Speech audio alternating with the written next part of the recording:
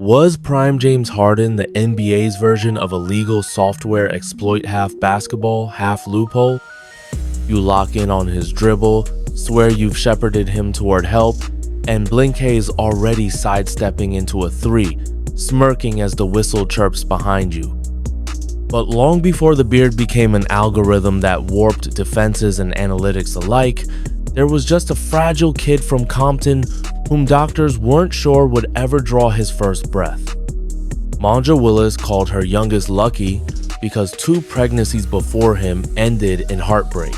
She literally had her uterus sewn shut so he might survive.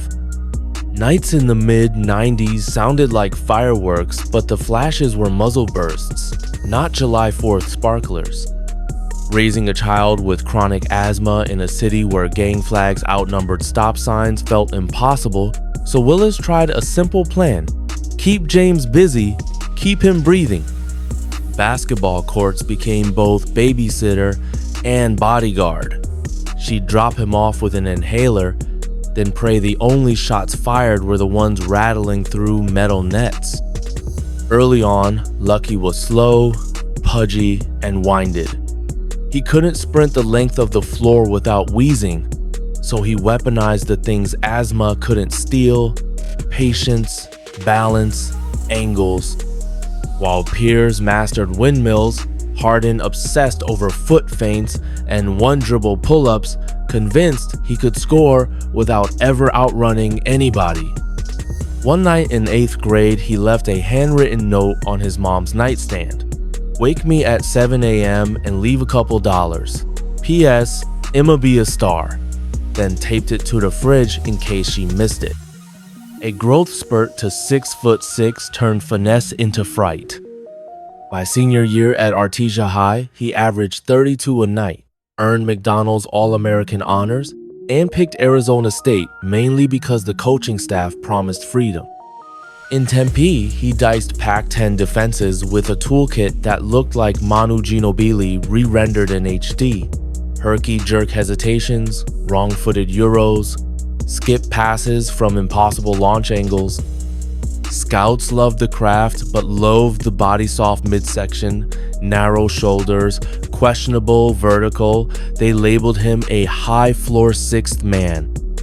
Oklahoma City ignored the aesthetics and snagged him 3rd overall in 2009, slotting him beside Kevin Durant and Russell Westbrook, 2 incandescent scorers allergic to off-ball chilling. Harden accepted a bench role, sharpened his passing against second units, and became the first guy since Tony Kukoc who could tilt a playoff game without starting it. Yet when Miami torched OKC in the 2012 finals, national fingers pointed squarely at the beard. 12 points a night on 38%, a disappearing act, played in 1008 it. Privately, Harden fumed that spacing vanished whenever he shared the floor with both alpha ball handlers, but the discourse boiled down to one syllable choke. Then came the $5 million gap.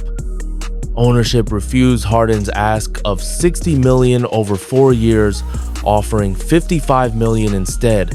Sam Presti, fearing a luxury tax avalanche, flipped him to Houston for pennies on the dollar. Franchise pillars can crystallize in a moment. Harden's first 2 games as a Rocket produced 82 points, 17 rebounds, and 15 assists, most points ever by a newcomer in his opening 2 outings.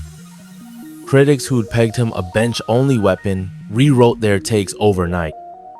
And Harden never looked back, because Mike D'Antoni and later the entire analytics vanguard was about to hand him a joystick linked directly to basketball's rulebook. Under D'Antoni's warp speed lab, threes outranked mid-range like kings over pawns. Every Rocket not named Harden sprinted to a corner or hovered near the dunker spot. The ball lived in Beard's hands until he liberated a lob, drew 2, or detonated from distance. On December 30, 2016, he authored the first 50-15-15 line in league history, then one-upped himself with a 60-17-16 masterpiece. 14 months later, basketball's first 60-point triple-double. but raw numbers only hinted at the subversion he was orchestrating, the step back three. Harden didn't invent it, he industrialized it. Reps rose from 105 in 2017 to nearly 700 by 2019. Opponents began guarding him from behind literally, placing a body on his back hip so he couldn't hop backward into space. During one outrageous winter, he mauled the league for 32 straight 30-point games and closed the season at 36.1 ppg, a number only Wilt, MJ, and Elgin had ever eclipsed. Networks scrambled for fresh adjectives, analysts apologized mid-segment for sounding repetitive, kids on 10-foot hoops copied the gather, hop and rec gyms worldwide. Of course, every glitch invites a patch. In 2021, the league introduced wording to penalize non-basketball moves on shot, attempts an almost direct response to Harden's knack for veering sideways into airborne defenders. Early that season, his free throws plunged to barely 3 a night, the lowest rate of his career. The Harden rule had arrived, and suddenly even rookies debated trailing hand discipline. Yet by February, he'd recalibrated, leaning more on bulldozer-strong drives and no-look skip passes. Adaptation was part of the brand. Adaptation off the court? Not always graceful. December 2020 video surfaced of Harden maskless at a Houston strip club 4 days before training camp, a direct violation of COVID protocols. The league fined him $50K, postponed the game, and social media judges executed the verdict. Party first, playoffs later.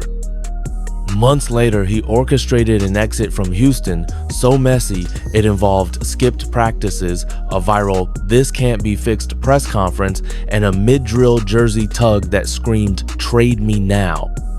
In Brooklyn, the honeymoon lasted 14 games before Durant's hamstring and Kyrie's vaccine saga fractured chemistry.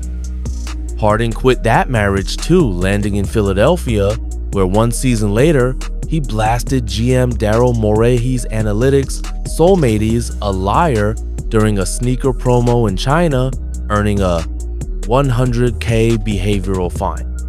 But the polarizing edge hides a philanthropic thread many skeptics miss. Harden's 3 The Harden Way Foundation funds college scholarships and youth courts. His JH Town weekends have raised well into 7 figures, including a $1 million check after Hurricane Harvey that helped rebuild hundreds of Houston homes.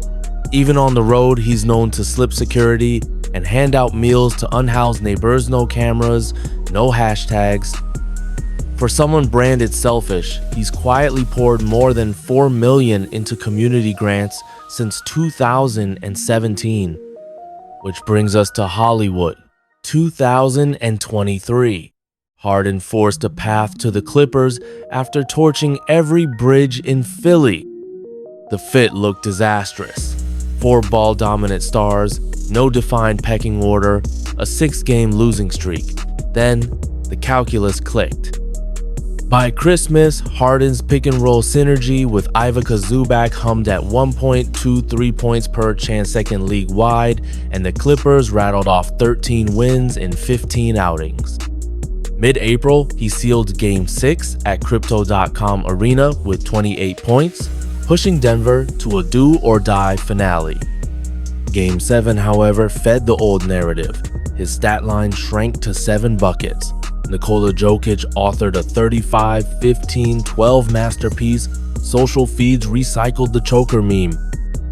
Next morning, rumors leaked that Harden would decline his $36.3 million player option, chasing either a richer multi-year Clipper deal or one last ring hunt elsewhere. For a player who switched jerseys 4 times in as many seasons, every June now feels like free agency Groundhog Day. Yet subtract emotion, examine math. In 2024-25, Harden still averaged 22.88, 0.75, 0.8, on 58% true shooting elite point guard efficiency at age 35. His 11.4 potential assists per game ranked third among all guards, and only Luka Doncic generated more three-point makes via passes. Even the mid-30s beard hasn't dulled his vision. The legacy debate then hinges on jewelry. Without a ring, critics bundle him with Barkley and Malone outer-ring geniuses who bent the sport but never clasped gold. Yet adjust the lens. How many perimeter players have ever forced rule rewrites, shifted shot, charts throughout youth hoops, and authored multiple 30-point triple-double seasons? Steph, maybe KD, arguably MJ, but the list grows thin after that. And Harden is still writing. The Clippers front office must decide: empty future picks for a final co-star or extend the current core and trust health variants. Harden must decide: sign long-term security under Hollywood lights or chase ring insurance in a city like Milwaukee or Phoenix. NBA historians must decide later where exactly to slot a player who treated isolation like high-speed calculus and turned foul drawing into avant-garde art. So we circle back to the opening question: was prime James Harden basketball's ultimate cheat code? The answer may hinge on a final postseason run that hasn't happened yet. Because every time we think the algorithm has been patched, step back stifled, free throws curbed, nightlife memes resurfacing, Harden updates his software, rewrites his code, and reminds defenders that geometry, not just grit, wins the day. Until the buzzer on his career finally sounds, the ledger stays open, the verdict suspended, much like that velvet smooth jumper pausing mid-air, daring gravity to catch up.